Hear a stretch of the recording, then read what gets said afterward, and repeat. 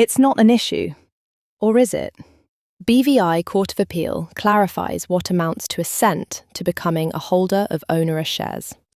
Harneys has successfully acted for the joint liquidators of Phoenix Commodities Pvt Ltd, Phoenix, Ryan Jarvis and Rachelle Frisby of Deloitte, in an important BVI Court of Appeal decision clarifying when a person has agreed in writing to become a shareholder. In ICM SPC versus Jarvis, the court held that Section 49 of the Business Companies Act 2004 does not require a formal, signed subscription agreement for a share issue to be valid. A contemporaneous exchange of emails, read together with their attachments, may be enough. The decision is commercially significant for funds, companies, boards, and insolvency practitioners. Informal correspondence exchanged while a share issue is being progressed can have binding consequences, even where formal subscription documents have not yet been signed. Background. The appeal arose out of the liquidation of Phoenix. We covered the first instance decision in a previous blog post and a related stay application in another. ICM SPC, acting on behalf of Ancile Special Opportunity and Recovery Fund Segregated Portfolio, ASOR, had been entered on Phoenix's register of members as holder of 440,935 shares, valued at around $40 million.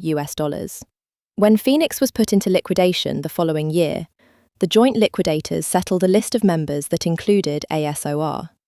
ASOR objected, arguing that the share issue was void under Section 49 because it had never agreed in writing to become a shareholder, and applied under Section 193(3) of the Insolvency Act 2003 to be removed from the list.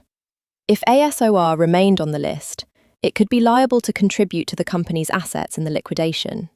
The judge dismissed ASOR's application at first instance. ASOR appealed to the Court of Appeal, which ultimately upheld the first instance decision. What does Section 49 require? Section 49 provides that a share issue which increases or imposes a liability on a person is void unless that person agrees in writing to becoming the holder of the share. ASOR argued this provision required a single, formal, bilateral subscription agreement setting out the number of shares, the consideration, and the effective date.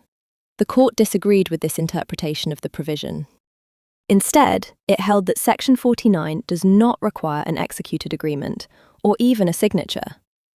All it requires is a written record, whether in one document or several contemporaneous documents read together, sufficient to identify the person becoming the holder of the share or shares, the company, the shareholding in question, and the fact of assent to it. Why the email exchange was sufficient to show assent.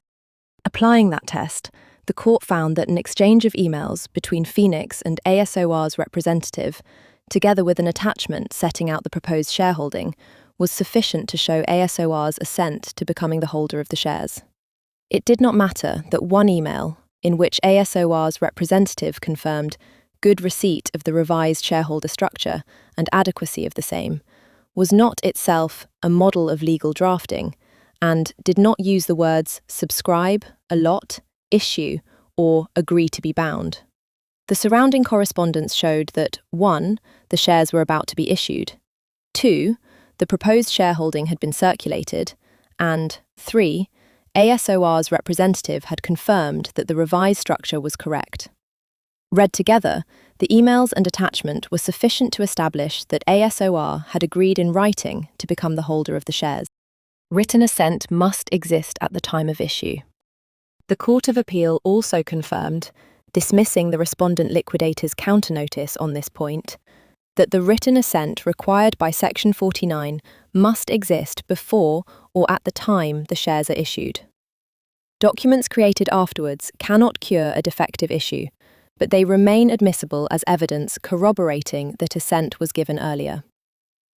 A certificate, ASOR, later signed, describing itself as holder of the shares, could not retrospectively validate the issue, but it did support the conclusion that ASOR had agreed to the shareholding at the time the shares were issued.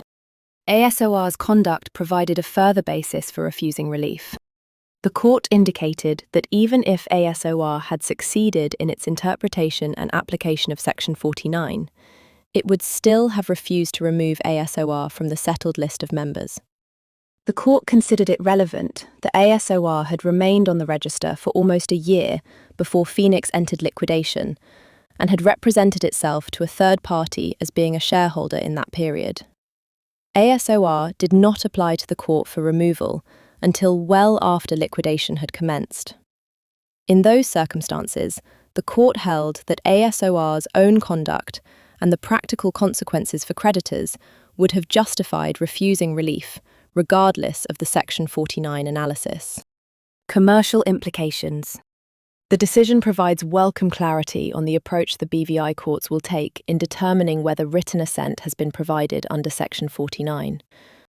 Companies, funds and boards progressing a share issue by email ahead of any formal subscription paperwork should be aware that an email exchange confirming the identity of the person becoming the holder and its intended shareholding may be enough to establish shareholder status and the liabilities that follow from it. The absence of a signed subscription agreement will not necessarily prevent a court from finding that written assent has already been given. The full judgment can be read here.